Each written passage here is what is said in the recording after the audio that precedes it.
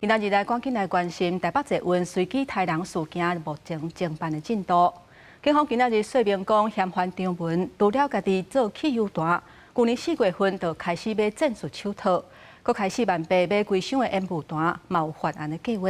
然后相关的金流会继续追查。犯下台北市随机杀人案件嫌犯张文19拖装一个烟雾弹的小行李箱，伫捷运台北车站开始一路来掀烟雾弹，压倒杀人。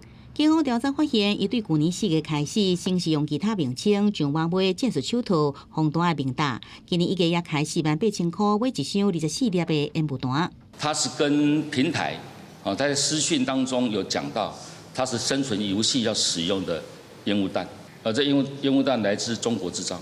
警方发现嫌犯张文家己制造汽油弹超过24粒，就连犯案现场使用的工具，亲像酒精、赖打这工具，也拢是对网络买来。也来伊的刀也有金钱，警方也伫调查。后来警方除了调查湘北的生存游戏店，也发现这个嫌犯有作案的计划。他有做一些初步的规划，有颜色的区分，但是我们没有看到什么你刚才讲的其他的代号。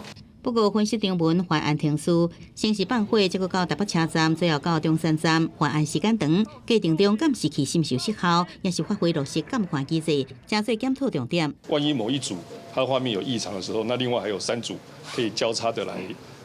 等于说比对这些画面，整个这个画面都有完整的一个截取。影像的部分，为什么可能监看是不是没有落实的监看，侦测烟雾的设备没有落实的发报？那这些东西当然都可以通盘的前导。那当然在未来演练的时候，当然是要放在里面，当作是一个案例教育。